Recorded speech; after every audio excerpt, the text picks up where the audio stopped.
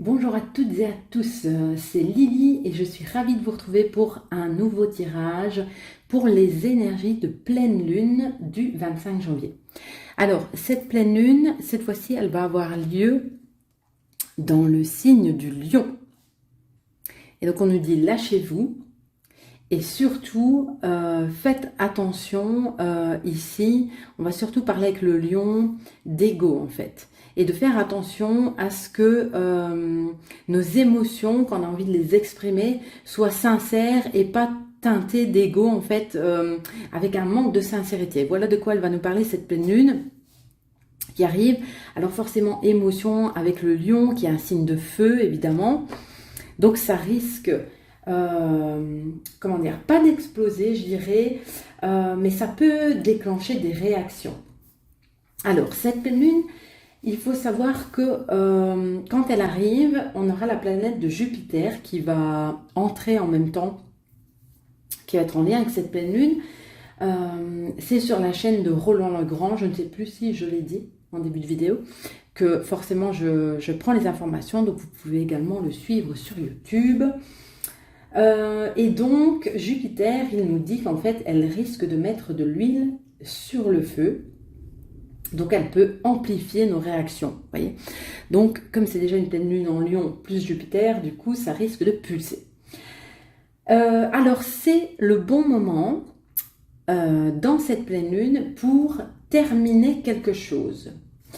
Et du coup c'est pour ça que j'ai repris l'oracle des Chemins de Qumran, parce que on avait déjà fait aux dernières pleines lunes de 2023 des tirages, et c'était beaucoup aussi sur le fait de nettoyer et de terminer des choses, de pouvoir s'alléger. Et là encore, c'est une pleine lune qui va peut-être mettre en lumière quelque chose qui vraiment là va se terminer. Alors, il faut savoir que ça y est, Pluton entre en Verseau, et Pluton entre en Verseau pendant 20 ans, donc jusqu'en 2043. Et du coup, on entre en plein dans l'ère du Verseau. Alors, dans les renseignements que j'ai pu écouter justement de Roland Legrand et d'autres chaînes que j'ai suivies, il faut savoir que la dernière ère du Verseau, je pense, si je ne dis pas de bêtises, vous pourrez peut-être me confirmer en commentaire, qu'elle a eu lieu au moment de la Révolution française. En tout cas, ce que ça veut dire, c'est que justement, c'est une période de grands changements. Elle va être sur 20 ans et donc de grandes transformations, de révolutions. Alors, dites-moi, vous, si ça vous parle, mais moi, par exemple, samedi, il y a eu une grande révolution chez moi. J'ai changé tous les meubles, j'ai tout déplacé. J'avais vraiment besoin d'un renouveau dans la maison. Et en fait, j'ai juste vu, après, que c'était justement samedi que Pluton faisait sa grande entrée. Du coup, je me suis dit, ben ouais, effectivement, il va y avoir certainement des révolutions intérieures sur peut-être ce qu'on a envie d'être, de devenir, et d'aller plus vers nos valeurs, vers nos aspirations, et en même temps des révolutions extérieures, que ce soit chez soi, comme là, le fait de tout transformer, de tout changer. Et je pense que on est dans une ère qui va s'éveiller spirituellement. D'ailleurs, c'est pour ça que ma chaîne, c'est Coaching et éveil spirituel, parce que je pense vraiment que chaque être humain va de plus en plus, mais ça encore une fois c'est ma vision, de plus en plus s'éveiller spirituellement, et je pense que ça peut être vraiment quelque chose de profitable pour notre épanouissement personnel et pour notre croissance aussi personnelle. Voilà, et que ça peut amener des bienfaits dans notre monde. Voilà un petit peu. Donc je vous propose d'aller chercher une question d'introspection avec les chamans de Qumran, parce que forcément, coaching dit que j'aime beaucoup le développement personnel aussi. Et on ira voir l'obstacle ensuite. Je vais vous proposer un obstacle pour voir un petit peu qu'est-ce qui bloque encore éventuellement et qui pourrait être encore épuré pour cette pleine lune.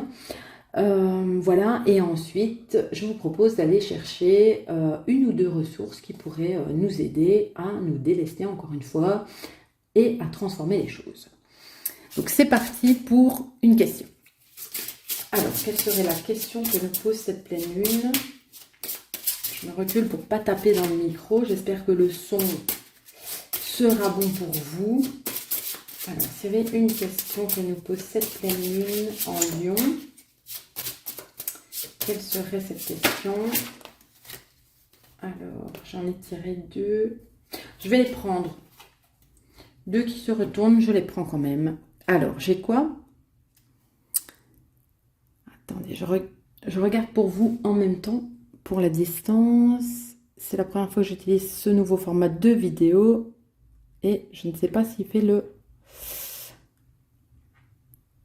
C'est un peu flou, je pense. Je ne sais pas si... Ah, voilà, c'est mieux là. Ok, donc, dois-tu changer quelque chose en toi, dans ta vie ou les deux? Donc, effectivement, ça nous demande, cette question demande, est-ce que finalement c'est quelque chose qui doit changer à l'intérieur de nous ou est-ce que c'est quelque chose qui doit changer dans notre vie, donc à l'extérieur? Donc, si c'est à l'intérieur, est-ce que je dois changer quelque chose au niveau de mes pensées, de mes émotions? Si c'est à l'extérieur, peut-être quels seraient les comportements que j'aurais envie de modifier? Est-ce qu'il y a des habitudes que vous avez envie de changer aussi? Peut-être dans votre vie ou des choses comme moi, tiens, finalement, ça me fait penser à la révolution de la maison, là. Tiens, je vais tout changer dans la maison, moi. Donc, au niveau extérieur. Première question.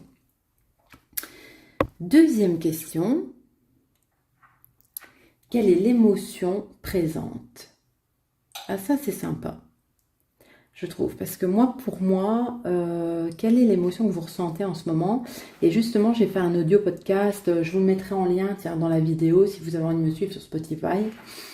Il n'y a pas d'obligation, bien sûr, mais justement, j'ai fait un audio sur le fait de se reconnecter à soi et de prendre en compte ce qui se passe en nous, en fait. Parce que notre corps et nos émotions sont une belle boussole qui peuvent nous aider justement à trouver le chemin et dans quelle direction avancer. Donc, je vous le mettrai en lien ici. Et en même temps, je vous mettrai le lien de ma page Facebook. Et si l'envie vous dit, je vous invite à me suivre également sur ma page. Vous êtes les bienvenus. Voilà. Donc, quelle est l'émotion présente? Moi, je veux dire que je me sens beaucoup mieux aujourd'hui. J'ai eu un gros coup de mou la semaine passée. Alors, dites-moi encore une fois en commentaire si vous aussi, par ces énergies, vous les avez ressenties. Moi, j'ai eu un gros coup de mou la semaine passée. Là, ça va beaucoup mieux. Je me suis remis au sport aussi, hein, parce que j'ai subi une intervention en décembre.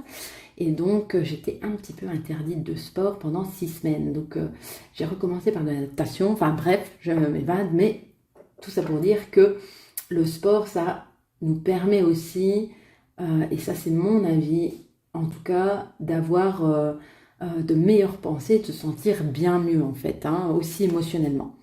Ok. Donc, voyez en quoi ça vous parle, ces deux questions. Quel serait l'obstacle qu'il nous faudrait encore peut-être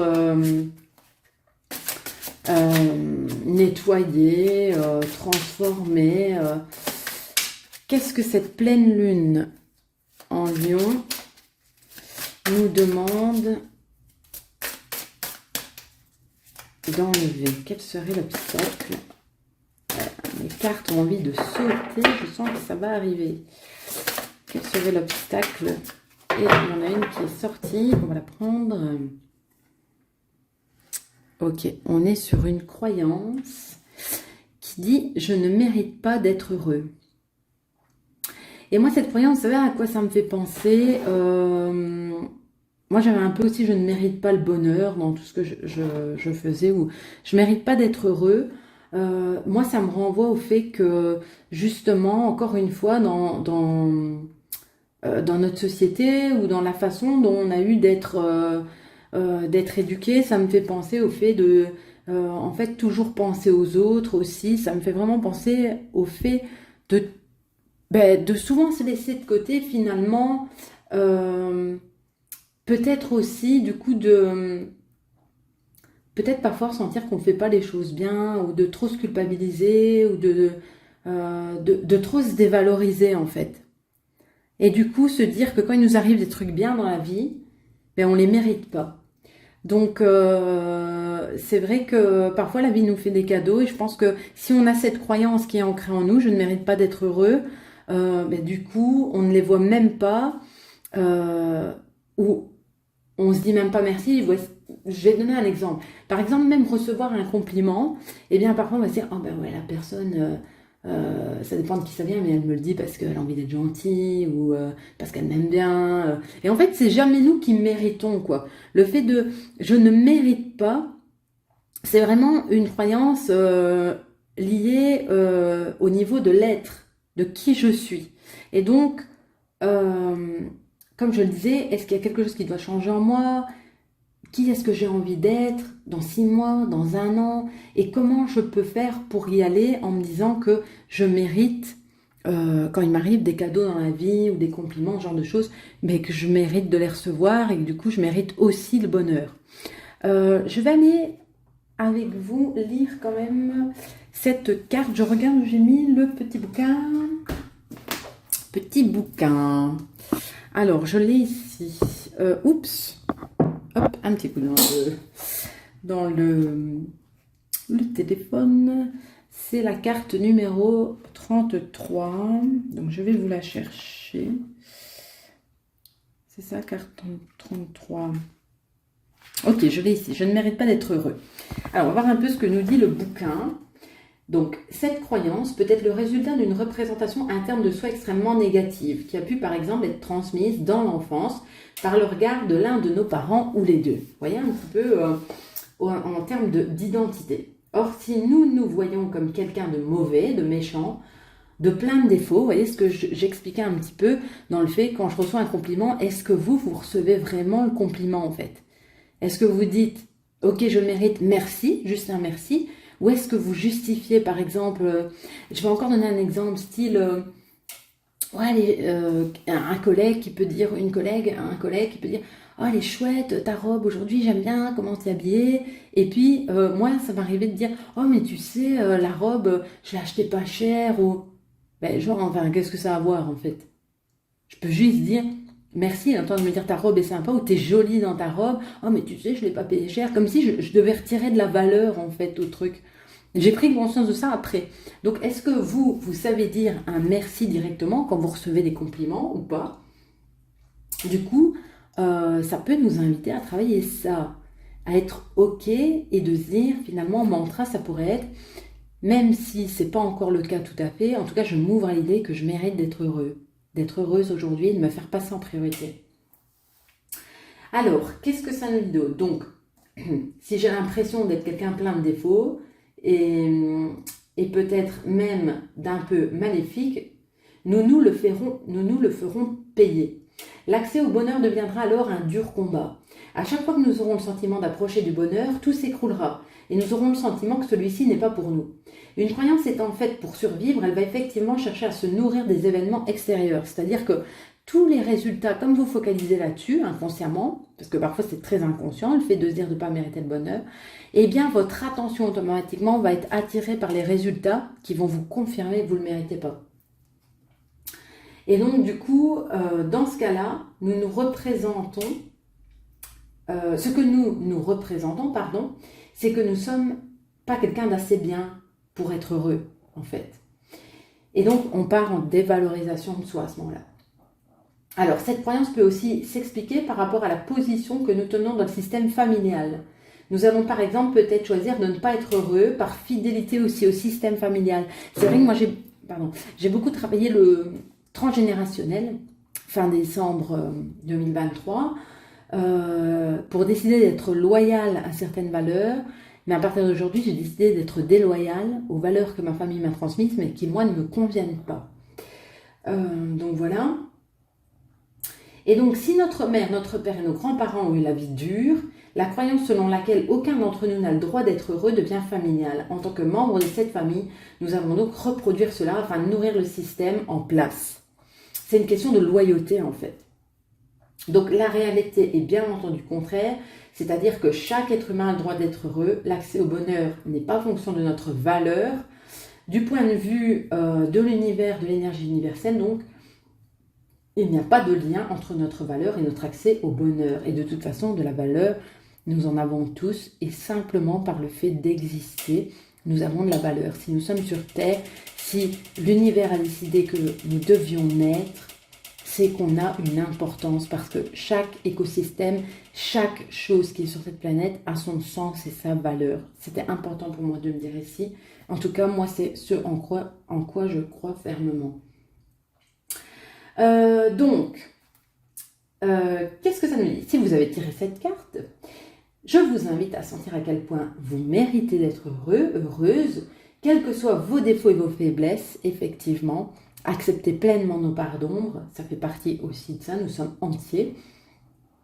Encore une fois, pas de lumière sans ombre et vice-versa. Souvenez-vous qu'il n'est pas nécessaire d'être parfait pour accéder au bonheur. Et en plus, j'ai envie d'ajouter, le parfait n'existe pas. Donc on peut encore courir longtemps après. Alors, mais voilà, petite affirmation positive, je mérite d'être heureux et je décide d'être heureux. Oui, parce que le fait de décider, c'est bien aussi de se dire, voilà, aujourd'hui je décide d'être heureux, heureuse. Et en tout cas, je mérite d'être heureux. Moi, je le dirais parce que si, en le disant, vous sentez un peu une réticence, en tout cas, même si j'éprouve peut-être de la difficulté à dire cette phrase, je m'ouvre à l'idée qu'à partir d'aujourd'hui, je peux décider d'être heureux. Heureuse. Voilà. Alors, je propose d'aller chercher les petites ressources qui vont nous aider. Et je vais le prendre dans l'oracle de la lumière. Ça fait un petit temps que je ne l'ai plus pris. Je vais le refaire parce que là, voilà, je vais me concentrer. Les ressources pour nous aider. Je vais y arriver. C'est pas une journée. Les ressources pour nous aider pour cette pleine lune en lion. En plus, le lion, c'est mon signe. Je suis lion et du coup, je sens que ça va être pas mal pour moi. Alors, quelles seraient les ressources? Alors, qu'est-ce qu'on a? On a la foi.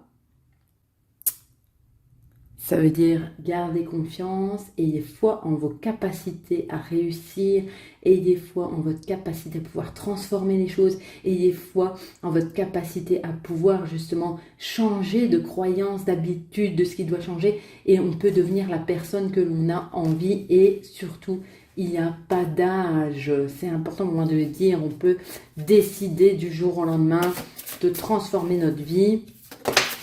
Et la deuxième, qu'est-ce qu'on a qui est sorti ici? Et on a la confiance. Alors en plus, la foi, la confiance, je disais, c'est dingue. J'étais en train de vous dire, gardez foi,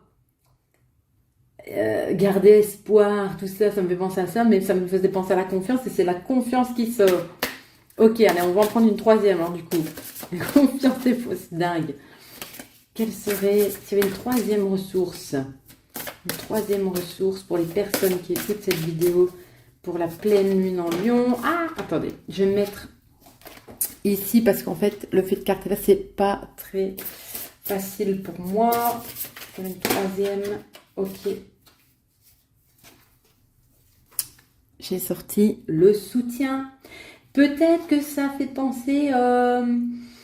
peut-être qui pourrait me soutenir dans la démarche, comment moi je peux me soutenir plus peut-être. Moi je commence toujours par soi-même forcément, puisque coaching en développement personnel oblige entre guillemets, mais je vais toujours me poser la question en me disant comment moi d'abord je peux plus me soutenir si j'ai besoin de soutien. Comment moi je me soutiens? Est-ce que moi je me soutiens? Je vais toujours commencer par ça. Et ensuite, peut-être que ça nous dit, cette carte, comment peut-être extérieurement, quels seraient peut-être les mentors qui peuvent m'aider? Est-ce qu'il y a des personnes dans mon entourage qui peuvent me soutenir, à qui je peux demander de l'aide, à qui je peux demander des conseils, des astuces, des outils? Est-ce que je peux me faire accompagner par un thérapeute, par un coach,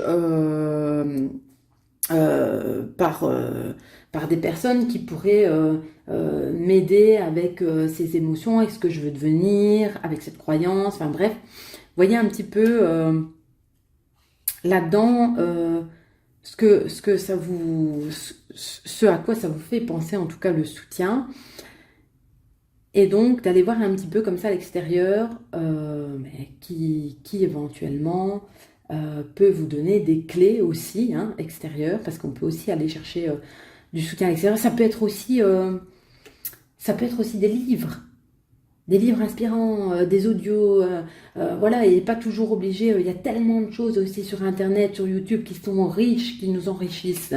Donc, voyez un petit peu comment ça résonne en vous, bien sûr. Voilà, donc si je fais le résumé un petit peu de cette pleine lune en Lion qui demande encore un petit peu de transformation, je vous répète donc les questions. Dois-tu changer quelque chose en toi ou dans la vie, ou les deux? Quelle est l'émotion présente en ce moment pour cette pleine lune qui s'amorce là au moment où vous écoutez cette vidéo? Comment vous vous sentez? Qu'est-ce que vous ressentez?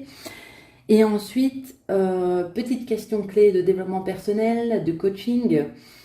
En fonction de l'émotion, si elle est agréable, tant mieux. Si c'est quelque chose de plus désagréable, voilà, petite question. Si ça se passait mieux pour moi, ça se passerait comment en ce moment? Et qu'est-ce que je ressentirais de différent? Ensuite, la croyance qui est sortie donc dans l'obstacle, je ne mérite pas d'être heureux, heureuse.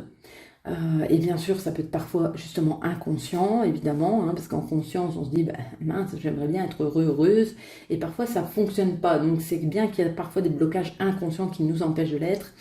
Ensuite, ça nous parle de foi et de confiance. Donc gardez foi en vos capacités, confiance en vos capacités, au fait que vous êtes créateur de votre vie et que vous pouvez transformer les choses. Peu importe le moment, il n'y a pas bon moment, tout ça, c'est le moment que l'on décide. Voilà. Et bien sûr, encore une fois, d'aller voir un petit peu comment vous pouvez vous donner du soutien en premier et où est-ce que vous pouvez aller en chercher autour de vous. Hein. Voilà, qu'est-ce qui peut vous aider dans cette démarche. Voilà un petit peu ce que j'avais envie de partager avec vous donc, dans ce tirage. Je suis très heureuse d'avoir partagé ce tirage avec vous. C'est 21 minutes, donc je trouve ça assez chouette, c'est bien. Voilà, je vous retrouve pour le prochain tirage de pleine lune de février. D'ici là, je vous souhaite encore de belles libérations, de beaux changements, de belles transformations. Je vous souhaite d'être heureux, heureuse et de continuer votre croissance personnelle, votre cheminement spirituel. Je vous souhaite le meilleur. Je vous dis à très très bientôt pour une prochaine vidéo. À très bientôt.